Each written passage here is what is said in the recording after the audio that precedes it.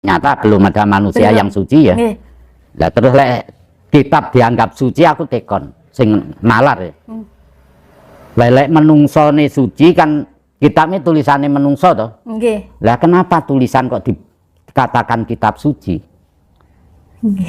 Loh, tapi aku yo gak nyalah nih ya dari kepercayaan dhewe. Tapi mbok iya tapi aku iso meluruskan. Nggak sekedar menyalahkan aku. Dengan adanya apa mengatakan kitab suci mbok iya ya kitab yang aku sucikan. Jadi manusia yang menyucikan. Ngono lho jane. Kitab suci Al-Qur'an. Ngono. Yes, kabeh kan dikatakan kitab suci. Lah lek kitabe wong Jawa gak ada kata suci. Kitab ada makna. Napa niku, Mbah? Adam itu kata suwung, makna iki jelas. Sing wau nggih. Mangkane kitabe kan ada makna. Dari isi ada makna itu tadi hurufe Hana Caraka, Data Sawala, Pada Jayanya, Maga Batana kan. Golek sing ngartekne pedalangan, utawa sesepuh pinesepuh lain sing tak rungokne, ana utusan padha pasulayan, padha saktine, padha baline kan ngono kan. Lah ngono kuwi lho sing tak maksudne. Dadi sing wis ditekokne ndek ngenane pelajar ana. Ngene lho, Nduk. Mangkane dengan adanya Mbah No lungguhe kan dadi tuntunan. Dadi lek ngrungokne tuntunane Mbah No, dulur-dulurku kabeh, adik-adikku, aja sekedar gur pendengar. Harusnya dadi pemaine. Ben entuk bayaran. Contoh, kabeh lek ra tak contoni ora lega. Sampeyan ndelok gandrung apa janger ngono ya. Wah, apik jangere ayu-ayu. Wes seneng ngono ya. Ya bar ya guru entuk seneng kuwi mau. Tapi walaupun guru melok manja ya tukang ringkes-ringkes bar jangere ya entuk gajian. Wis mesti. Dadine kaya sampean tak sugih ibaratnya tak sugih wedang ngono ya. Kowe aja percaya lek wedang tekone Mbah No ki legi. Kudu mbok ombe dhisik.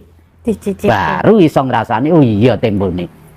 Lah ditekoki piye disuguh mbuh aku guru nyawang tok. Pertine ngono kuwi ya Lele. Nggih. Ngono lho.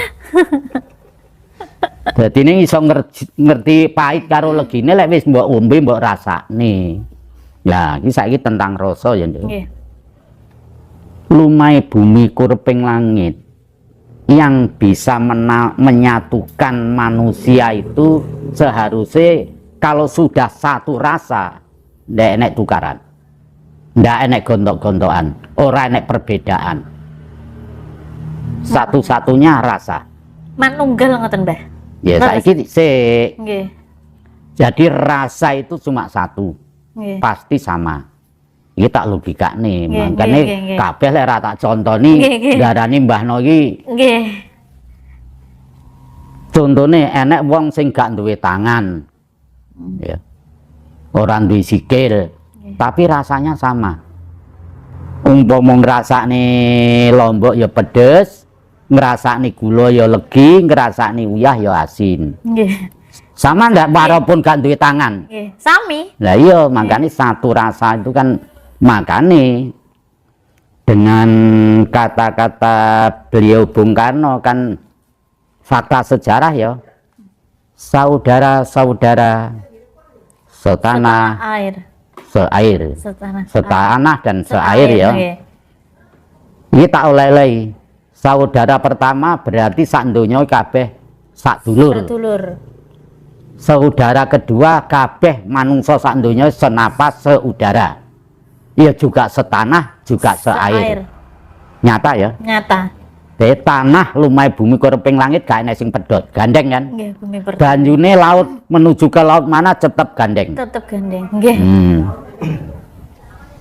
Makanya dengan adanya banyu Pilek sing nyimpulne Mbah No, banyu iki bisa dikatakan penguripan. Jadi banyu itu penguripan. Ya saiki ya dulu bikane to, ngoh le. Saiki ditinggal banyu kira-kira kabeh mudar enggak? Muter, Mbah. Pun bisa ditanggalkan. Niku penguripan iki. Penguripan. Ya, sekarang bedane Surya karo Candra ya, Le. Nggih. Ibarate Surya karo Candra iki, Surya niki tembunge lanang. Candra niki wedok. Candra. Matahari niku lanang. Heeh. Napa Candra niku bulan niku? Bulan, mangkane Candra Dewi kan. Nggih, Candra. Makane sunare Candra Dewi masa Kakang Dewi kan. Dewi iki mesti wedok kan. Nggih. Yang Surya mesti ora Bu Surya ngono kan. Nggih. Ya kan wis ucap-ucapane wong Jawa jelas to. Ibu Pertiwi suci, Bapa Akasa kuwasa kan. Nggih. Bapane Rina biunge wengi. Contone Nggih. lah lek srengenge madangi Rina, amadangi jagat. Nggih. Jelas ya? Nggih. Tapi lek Candra amadangi bengi ora iso kabeh jagat kepadangan. Si enek sing kesurupan peteng. Nggih. Sak padang-padange rembulan si enek petenge, tapi lek sak padang-padange srengenge amadangi jagat. Mangane kena apa sing diarani Ibu Bumi Bapa Kuwasa Bapa Rina biung wengi. Lah mangkane iki biunge kaya dene wengine iki suryane awane kan ngono kan. Tembunge sedina karo sewengi. Lah mangkane dikaitne karo pasane basa neton ya. Nggih. Sapa sing wis basa neton berarti wis masani kegaibane teko bapake karo ibuke. Kuwi tak rocehne tentang sedulur papat sing wis kawuri, tapi ya tak ulas titik. Nggih. Nalika careme kakung putri lek ora bareng tumurune Mahkutha Rama gak akan menjadi dat. Mangkane awalane kan careme kakung putri. Tembunge dat tembung dadi bareng tumurune Mahkutha Rama. Tempuke antarane darah merah putih segumpal darah. Wujudne dat pisan. Terus lambat laun 4 bulan wis kenggenan isi papat tembung sifat. Terus date bumi, geni, banyu, angin. Dat bumi karo geni roh gaibe ibu mujudne raga. Date bumi geni terus banyu karo angin roh gaibe bapak mujudne sukma. Sukma niku roh niku nggih. Ya, makane kan tembunge careme kakung putri bareng tumurune Mahkutha Rama. Kuwi wahyu ya lek nang kuwayangan tumurune wahyu Mahkutha Rama. Wahyu kuwi mau lek nang pedalangan tumurune lek ora nang wedok lanang ya. Lek nang wedok jenenge ratu, lek nang lanang jenenge raja. Padha kuwi tumurune Mahkutha Rama ki lek laire wedok engko ya jenenge ratu, lek laire lanang ya jenenge raja. Kan makane Mahkutha Rama ya pentahe MHA. Carem manunggale Adam Hawa Kutha kuwasaning Sun tunggal sawiji. Mah. Terus kutha kuwasaning Sun tunggal sawiji. Mangkane enek unen-unen dat tembung dadi terus sifat kenggenan isi papat terus avengal jangkan 6 bulan avengal kuwi obah. Mangkane bayi si jabang nang kandungan ki jangkep 6 bulan obah. Goleki kekuatan tembunge aku kowe nalika sik nang alam kandungan kena diarani taba wuda sinjang rambut suwene 9 wulan 10 dina. 10 dina. Lire tapa udung goleki kekuatan nganti soba.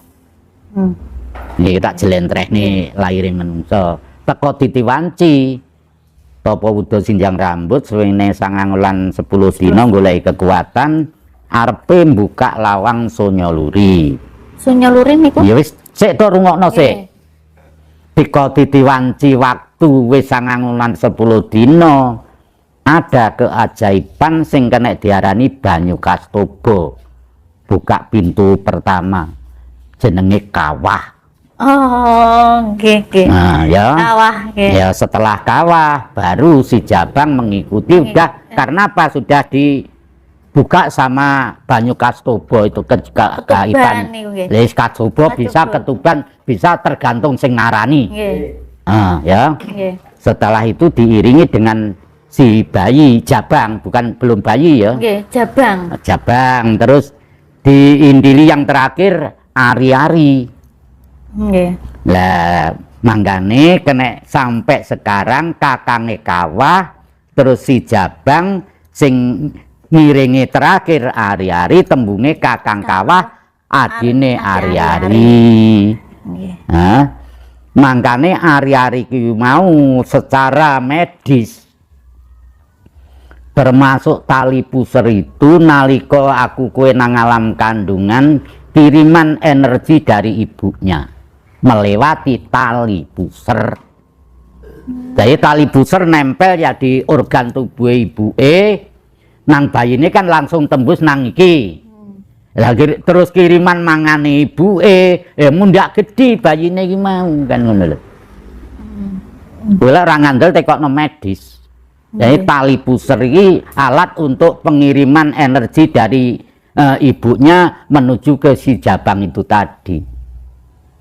Ari-ari dipendem niku berarti istilahnya kakang kawah ndingen niku ari-ari niku to, Mbak? Iya, kakang kawah adi ari-ari. Nek ngrumat niku nggih pas wetone niku nggih disukani kembang niku to. Iya, lek saiki kan ya lek isih roh tengere ya monggo. Oh. Berarti Ya kuwi kan sing diarani sedulur ya, Mbak. Nggih. Ngene ya iki tak jelani. Kuwi kan ya laire bareng ya antarane kawahe karo ari-ari karo Jabang ya. Nggih. Kuwi kena sing diarani sedulur tua malahan. Kan dhisik kan. Nggih. Makane jenang katolek sing tak omongne kele ngawruhi sedulur tua sing adoh tanpa wangenan, cedhek tanpa singgolan.